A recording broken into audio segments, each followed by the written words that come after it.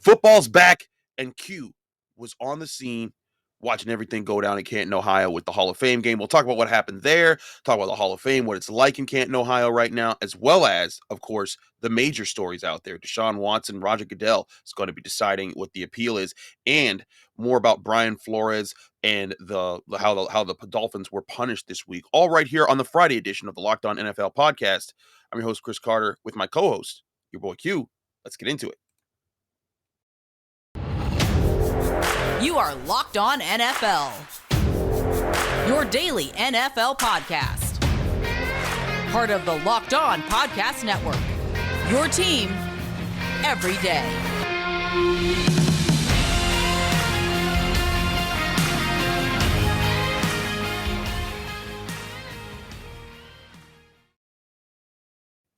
And welcome to the Friday edition of the Locked On NFL podcast. I'm Chris Carter. He's your boy Q. We're doing it here. And as you can see, Q's not in his normal atmosphere. He's out in the wild right now. Yes, sir.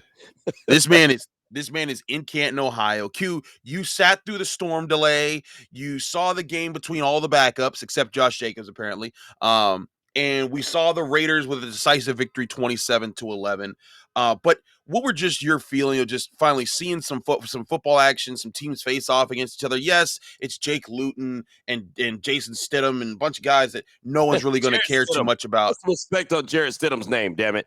Excuse me. Sorry for that. You're right. I should be prefacing, former teammate of Tom Brady, Jarrett Stidham, and all that stuff. But it was, it was still nice to see some football on the tube. The Raiders were very dominant early on. They put Josh Jacobs out there. I don't know why they put Josh. I want to ask, what was Josh Jacobs doing on the field? I'm sitting, hey, that's my fantasy running back. Don't get him hurt. Well, it's funny. Josh McDaniels told us after the game that there's certain things that you can't replicate in practice, and that has to do with running backs getting hit and being able to take hits and ball security. And so he put all the running backs out there, every single one of them. And, the starting offensive line outside the left tackle also played for the Raiders last night. So, I mean, they're getting these guys as much burn as possible. And if you're going to go back and look at the Patriots in the past and what they've done with their starters in the preseason, they've played some of their guys and given them a little bit of burn. There was defensive players that were out there, offensive guys that were out there. Obviously not a Derek Carr or Devontae Adams sighting, but they had some guys out there getting a little bit of burn in that Hall of Fame game. So that was kind of the explanation behind Jacobs. He got, about 5 or 6 carries, and he looked pretty good. And for a guy that, didn't get his fifth-year option picked up, that's just more good film out there that he's advertising for the other 31 teams in the league. 5 carries for 30 yards, 2 catches for 14 yards.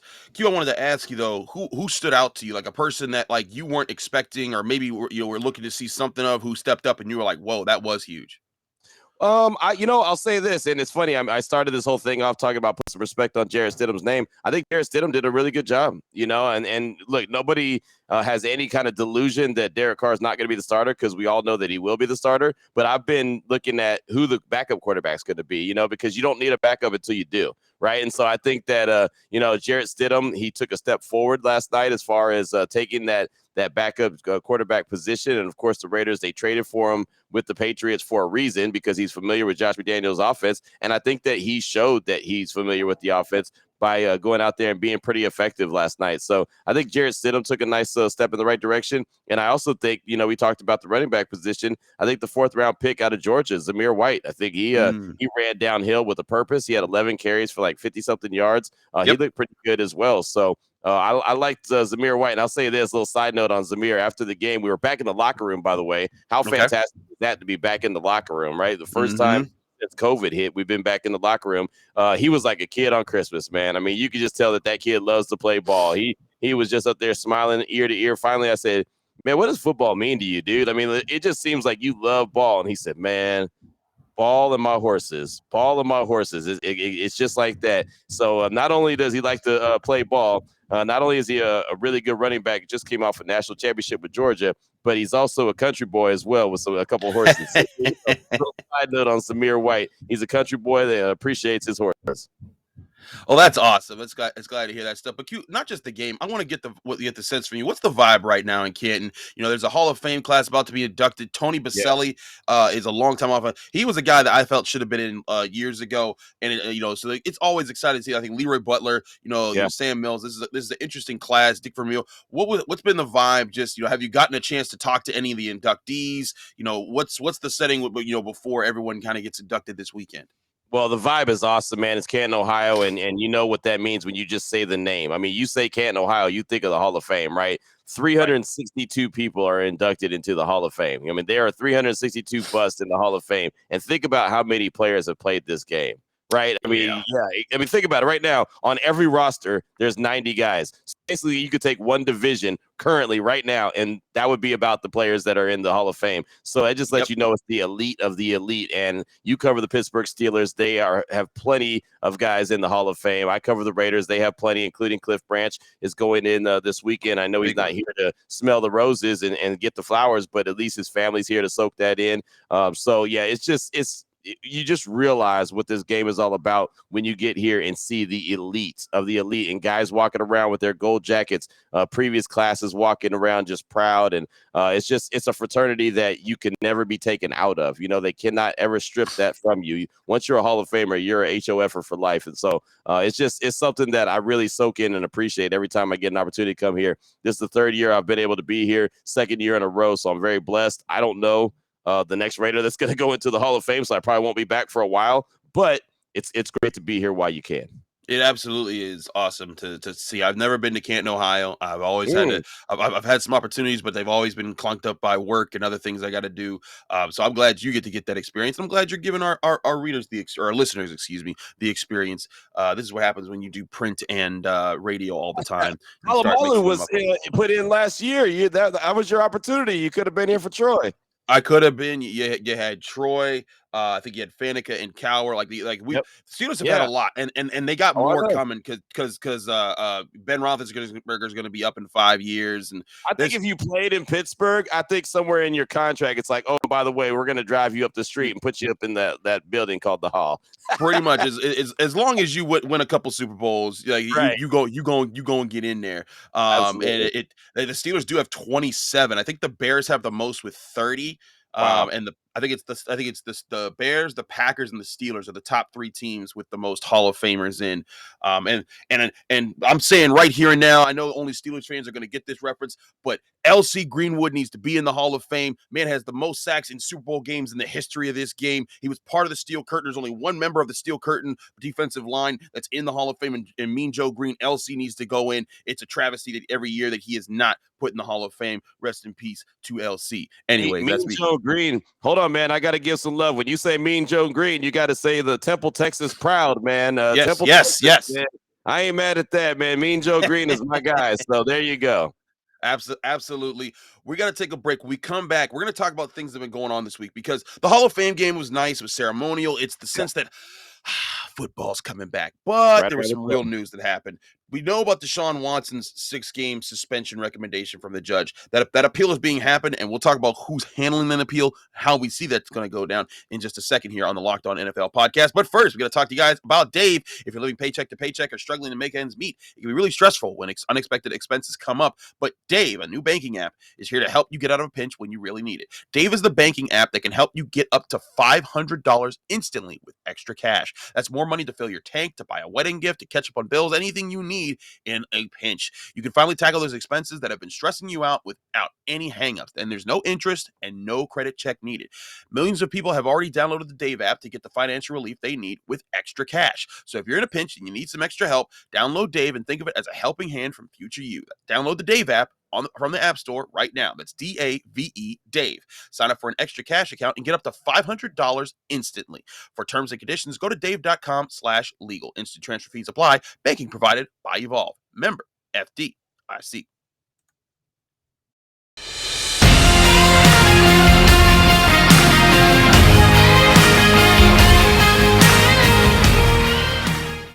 We're back here on the Friday edition. We're back here on the Friday edition of the Locked On NFL podcast. I'm Chris Carter. He's your boy Q. And we're talking, of course, about this situation with Deshaun Watson. It's not over. People thought it was over with the six game suspension, and there was a big question: would the NFL appeal this? Would they say, you know what? We're not taking that. And a lot of people thought, okay, they're just going to let this go because they need to get this out of the way before the season ends. I didn't think they would appeal, but apparently they are appealing. Right. And the appeal and the appeals process has always, I thought, been a joke in the NFL because it's really just like, oh, you didn't like what we did? Okay, now we're going to appeal to myself, and I'm going to tell you what it is. But at least there was a third party judge in this situation who made their own determinations. But Q, I don't know about you, it just seemed weird to me that in this judge's decisions, they're like, yes, Deshaun Watson was egregious. Yes, this was a violation. Yes, this was on the lines of assault. This was very, very wrong, but 6 games. And it's just like, okay, you're admitting that he knowingly did these things, that he was guilty of doing these things, that in evidence that's been given to you, it is determined that he was guilty of doing these things, these acts, and you're still going to go with 6 games. That's where I think the NFL is trying to step in. They're like, listen, if we just go with the 6 games, if he plays in week 7 and that's all it's going to be the talk. As much as the Browns could be the biggest story in the NFL for how good their roster can be, that can all get swept away if this isn't taken seriously, and the whole season can get swept up in women and people who are concerned about women's rights and their ability to just live freely without being assaulted and not having these things happen. All of that could be thrown up into every conversation with the NFL if this isn't taken seriously. What's your opinion, or what's your take on Goodell in the NFL? How they're going to handle this appeal process? Well, I thought that it was, terrible that it was only a 6 game suspension, regardless, but for every reason you just mentioned, it was just really strange to me and bizarre that 6 games was what they decided with. So I thought that they would appeal, but then it seemed like they were taking a long time. And then when they decided to appeal, I thought, okay, here you go. So we'll see how it all shakes out. But this is something that I know many women that either cover the NFL or just love the NFL were all very offended and felt some kind of way about, because it's like, wait, hold on, how could you say that this guy did this, that, and the other, but it wasn't violent, so you only gave him 6 games? Like, none of that to me made any sense. So it was very bizarre to me. So I'm interested to see how this appeal goes, but I feel like this is a situation that Deshaun cannot win. I think it's going to be long and drawn out. I go back to like Zeke Elliott and Tom Brady and all these injunctions and functions and stunctions and anything that ends in shun. I feel like that's going to happen a lot, and we're going to hear about it, and it's going to take a long, drawn out process. But I don't think it's the situation that Deshaun Watson can win, but I think he's going to try to fight it as much as possible. That's the thing. His side is still saying, hey, there shouldn't be any suspension.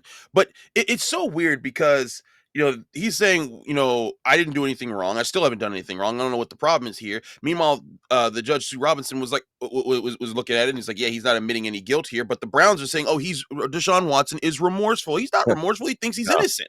And and again, it'd be one thing if Judge Sue Robinson said, hey, this didn't happen, but like there was some gray lines here, and we're just gonna give a suspension because there were some questions here. No, in the report, you can read. I think it's like 16 pages. You can read it and say like, okay, this stuff happened. All the people that are saying, oh, there's no evidence. Guess what? The judge is saying there was evidence. The judge has also said, hey, I'm going off of how the NFL does its rulings and does its punishments. I'm going to say 6 games because that seems to be the history. But as you know, Q, the NFL, their precedent doesn't mean anything. They do whatever they want, whenever they want. And I think this is part of the biting back on it. Like a judge said, hey, looking at how you've punished people in the past, this is what you should do. And I know a lot of people are saying, okay, so do that. If you're a Browns fan, you're saying, okay, then follow that precedent. But I think the problem is that everyone else had is like that precedent has always been wrong. Ben Roethlisberger should have gotten more games. There should have been a lot of people that got more games over time. So it's like, hey, either we keep being wrong or we own up and say, you know what? We're going to do this. We're going to do this the right way. We're going to do a full year. We're going to actually, again, an anonymous NFL executive told ESPN, I think it was Jeremy Fowler who wrote this, that if the NFL doesn't take this seriously, people are going to look what happened to Trevor Bauer and how he's missing 2 whole seasons in Major League Baseball for very similar conduct, but a lot less in volume. There's he got a 2 full game season, and if that happens and the NFL doesn't even come close to that, even if it's just 1 year or even if it's less than 1 year, that it's going to paint a bad light on the NFL and it's going to cause a backlash that the league does not need. That to me, I think is where the league's coming from. They're like, look, we're losing. My mic just fell down. We're losing this. That's how fired up you got. Yeah, right. The Mike's like, Chris, you coming with the heat. I don't have that right now. But my point is that they're looking at Major League Baseball and what literally just happened a couple months ago, and they're like, we can't be on the other side of this. And again, this isn't about right and wrong as much for the NFL as it is much about how much money will we lose if we handle this the wrong way. Right. And I mean, the thing for me is you can't, if you're the NFL, say that we care about women and we respect women and, hey, we, appreciate, we want to lift up women's voices, this, that, and the others, say the company line and then go out and suspend a guy that, is accused of all these sexual assaults. And the judge said that, hey, he didn't go into these sessions with therapy on his mind. He went to these sessions with sexual acts on his mind. Like, if that's what you find, how could you only say that the guy is going to get suspended 6 games? Like, it's just ridiculous. And again, I've talked to so many different women and heard from so many different women that love the NFL or cover the NFL that just were blown away, just couldn't believe it. So I don't think that there'll ever be a suspension where everyone's going to say, hey, that's perfect, that fits. But I mean, 6 games feels like a slap on the wrist. And so they've got to be able to do something. I'm not sure exactly what's going to happen at the end of the day, but I think that they're going to try to push for that indefinite suspension of at least a year. And then on top of that, a fine as well, because there was no fine that was even given out. So right. It just felt like it was very not a big deal. Like, hey, we're doing something, but we're not really doing something. Right. And I think that's the message here is that the NFL needs to act like they're taking this seriously. And if there's just a 6-game suspension where this guy loses maybe $300,000, they're not getting that. Right. It's kind of ironic that this is happening alongside what's going on with the Miami Dolphins, because I think that's another serious topic where people are looking at, are you taking this seriously and who's getting covered up for? And I want to say this because my guy Wes Euler, he's a host on Steeler Nation Radio. One of our shows. Yeah, there is. It was founded before Raider Nation Radio. So Definitely in your not. face queue, it's always been a thing. Listen. We're it's not a real thing. We're talking as friends here, and you're trying to insult our heritage over here in Pittsburgh. So I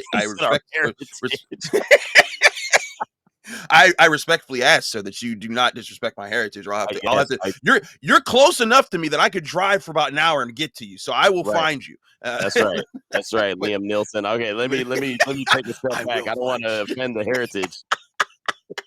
Anyways, but my man Wes Euler works for Steeler Nation Radio. He comes on Locked On Steelers all the time, and he said a very good thing. He's like, all the people that are bringing up, the games, the comparing it to all these things that aren't about the women who've been, who've been violated here.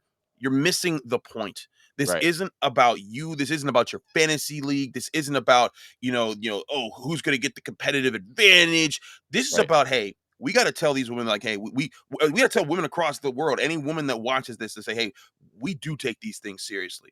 And like you said, I can't tell you how many women reporters, women people that work in the NFL that are women, women fans who are sitting here and thinking, like, do I matter? Am I important at all here? Because apparently not. Because apparently if a guy, if he makes enough money, if he's a quarterback with enough stature in the right part of his career and he does these things, I just got to take it. That's not what the NFL wants to send as a message here. And I think that's the overarching thing here. This isn't about, we're going to, who's going to be fair and, how's the AFC North really going to play out with the suspension. This is about, hey, we got to send the right message about you. If you're an NFL player, you cannot do these things to women. So again, I think the NFL, their minds are still, hey, how can we best, take care of our money here and make sure it doesn't get messed up. Even so, I'm hoping for once they do the right thing. We'll talk more about the NFL doing the right thing, because there were some other things that were doled out. The Miami Dolphins got their punishment of losing draft picks. I want to talk about that specific situation with Q, because I thought that was funky, and there was some interesting stuff that came out through that with the Brian Flores lawsuit and how that went down. We'll talk all that in just a minute here. But first, we got to talk about betonline.net, your number one source for all your betting stats and sports information. Major League Baseball is well underway, and if you're one of those junkies who likes to bet on even the Hall of Fame game, which how do you predict the Hall of Fame game with all these backups that nobody knows about? It's beyond me. We did it successfully on Locked On Bets. Just a Oh, cheap plug no. for the show. Lee Oh, no. Sterling picked that one. The Raiders were favored by a point and a half, and you see they won 27-11. So it doesn't matter if it's regular season or preseason, Chris. You can still win money with BetOnline.net. So I'm just saying they're great. And by the way, check out Locked On Bets with Lee Sterling and myself because we're gonna help you win money even in the preseason. And they do it with Good letting plug. you know all those betonline.net odds. I had a friend who bet the over on this game, and I thought 30. You think 30.5 points is going to happen in the Hall of Fame game? You're clowning. And lo and behold, 38 points. So Boom. he had. But if you went on Bet Online, you'd know about those odds and you'd get ready. So get ready for preseason football as well as regular season football right on betonline.net, your continued source for all your sports wagering information from live betting, playoffs, esports, and more. Head to the website today or use your mobile device to learn more about the trends in the action when you visit BetOnline, where the game starts.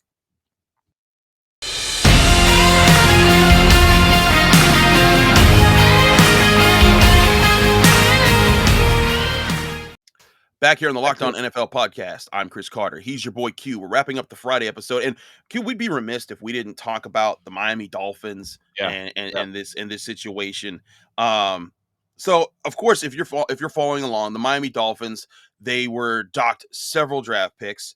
And when you looked at that, they lost a first rounder, they lost a bunch of them, and it comes out, and it wasn't entirely sure what it was for. Initially, a lot of people were like, "Oh wow, is this from the Brian Flores Right. situation?" Because they saw tampering, and you're thinking, "Well, tampering, well, shoot, that they Brian Flores alleged that they told him to lose games on purpose, Right. to tank, and that's and that's that situation. But they lose the first round pick. Stephen Ross is docked $1.5 million based off of this, but not based off of that, but based off of tampering to try to get Tom Brady, with talking to Tom Brady while his contract wasn't up in New England, and going over that situation, and basically, and also Sean Payton in Right. there as well. So they find them guilty of that. But in their investigation, and this was interesting because I saw a lot of people that have been calling Brian Flores a lot of names and saying he's a liar and he's an Right. upstart. They're saying, "Oh, the NFL said that, hey, we're not finding the Dolphins guilty of intentionally tanking." So a lot of people say, "Oh, see, Brian Flores was wrong and he is a liar and it didn't Right. happen." Except if you read the actual report or the statement that they released, they are saying that that Stephen Ross or the Dolphins, they did ask Brian Flores to lose games, but it was considered a joke, which it tells me this entire statement, this entire decision is a joke Right. to be able to come out and say that and say, "Oh, yeah, the NFL, yeah, we're not liable. We're judging ourselves." And this is the exact same thing with the appeal process. When we give a Right. decision, who are you going to appeal to? You're going to appeal to us. So we're going to say the same thing we said the first time anyways, unless we find out, "Oh, this couldn't hurt us." The NFL doesn't want this tanking thing to be a thing. They have to push this lawsuit to the side. I thought it was a joke that they were going to be like, "Oh yeah. Tom Brady tampering, bad. Tanking, that was a joke. That wasn't real. Come on, Q."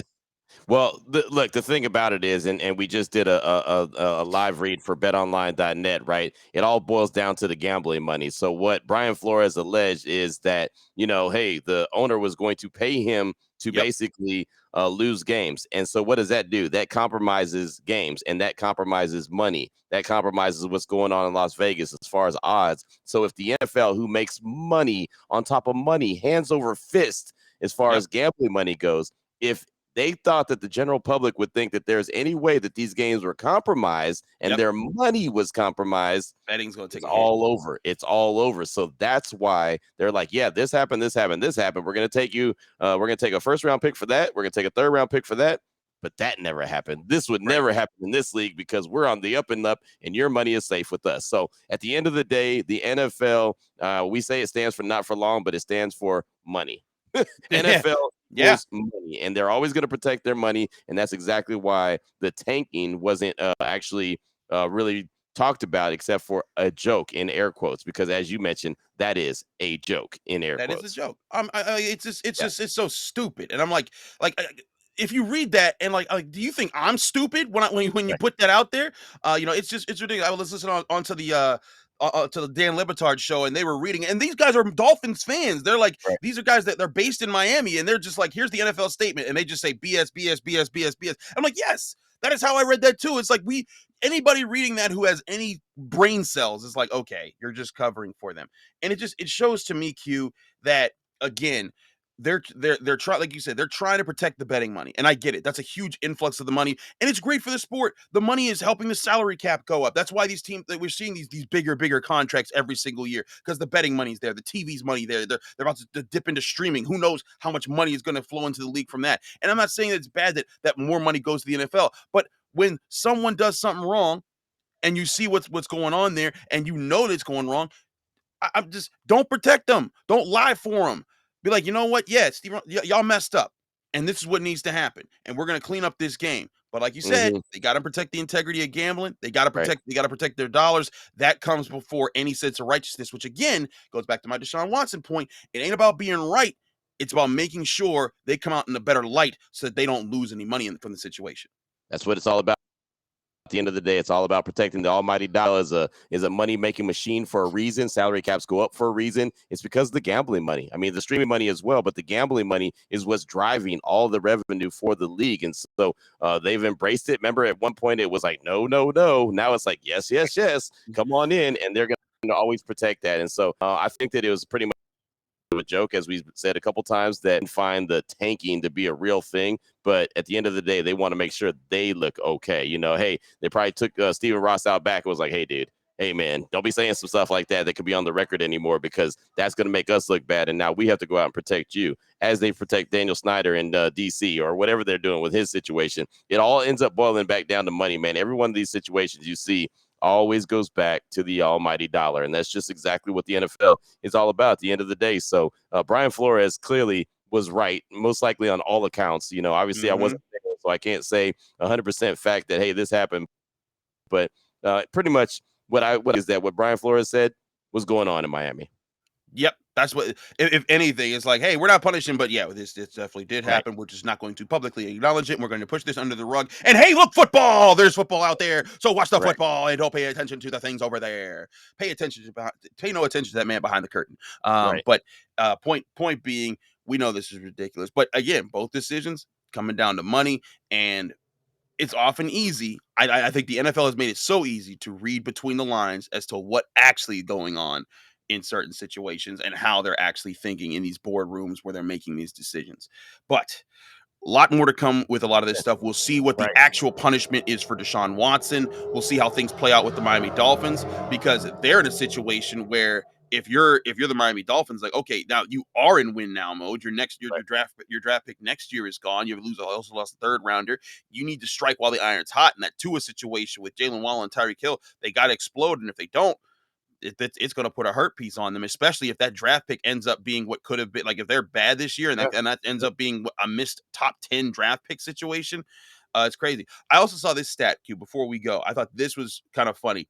There are 3 first-round picks that have been forfeited in the history of the NFL. One for Spygate, one for Deflategate, and one for Tampering Gate. I don't know. There's no name for this one yet. They all go back to They all go back to Tom Brady. And somehow each time, Tom Brady is squeaky clean, had nothing to do with nothing. And I thought this was a really good point. I was, again, listening to the Libertard show. They do a great job breaking stuff down. Someone brought up a great point. They said, like, Tom Brady is not innocent in this tampering stuff. He was just as involved in these conversations as anybody else. So what is happening there? And it's really interesting to see. It's like, oh yeah, by the way, once again, he was in the center of this major controversy that an NFL team's going to lose a draft pick over, but he's not guilty. No. Right. It's always funny to me to see how that plays out. But, you know, irony, I guess, in a sense. Well, I'll say this too. If you're Tua and you're Coach McDaniel there in Miami, how are you feeling? Right. I mean, because you obviously aren't option A, B, or C. I mean, you know, right. they want you're just there. They wanted Tom Brady back in 2019. I mean, that's when they started talking to Tom Brady, and obviously wanted Sean Payton as well. So if you don't have a really good season, do they go and try to push again and try to get Brady? Do they try to get Sean Payton out of retirement? Because everyone knows he's going to be back on the sidelines somewhere next year. So does Coach McDaniel, is he one and done in Miami possibly with those weapons? It's almost a lot of pressure. And right now is probably not the time that you want to add pressure as this guy, as a first-time head coach, is trying to put together his roster in training camp. We thought the Dolphins looked different this year. They could look even more different next year. Is the crazy to think about. But again, we'll keep you up to date with all the happenings there with the Dolphins and of course with the Browns suspension situation with Deshaun Watson right here on the Locked On NFL podcast. We got different hosts every day of the week. Chris Carter and your boy Q here wrapping up the week on every Friday. Q, let people know they can find you, follow you, and get more of your work. Man, everything you can find is always on my Twitter account. I like to go ahead and keep everyone updated at your boy Q254. As you know, Locked On Raiders, Locked On NFL with Chris, and then Locked On Bets with Lee Sterling as well. So I got dibbling and dabbling into a little bit of everything. That's how you keep the party rolling. That's how I stay up with the NFL and try to make that almighty dollar. I just don't make very many of them. You and me both, brother. You and me both. But I'm Chris. I'm Chris Carter. I'm a co-host here on the Locked On Fridays, Locked On NFL with Q. You could follow me on Twitter and Instagram at Carter Critiques. I also host the Locked On Steelers show, just like Q hosts the Locked On Raiders show that you can find, just like you find this show, Apple, Spotify, Google Podcasts, Odyssey, YouTube, all the free ways to get podcasts. They are available. You can check us out daily, Monday through Friday, breaking down our teams and everything like that. You can also, you will be able to read my work soon on the 15th at the Pittsburgh Post-Gazette, where I will be a new writer on the Pitt Athletics beat. So I'll be there covering the backyard brawl and everything. It's going to be a fun time doing that, as well as doing my Locked On Steelers responsibilities. Q, thanks for joining me every week. Audience, thank you for joining us every week. We'll be back next week with more breaking down the NFL and what else went crazy. Hey, we'll have even more preseason football coming at you. We'll see you then.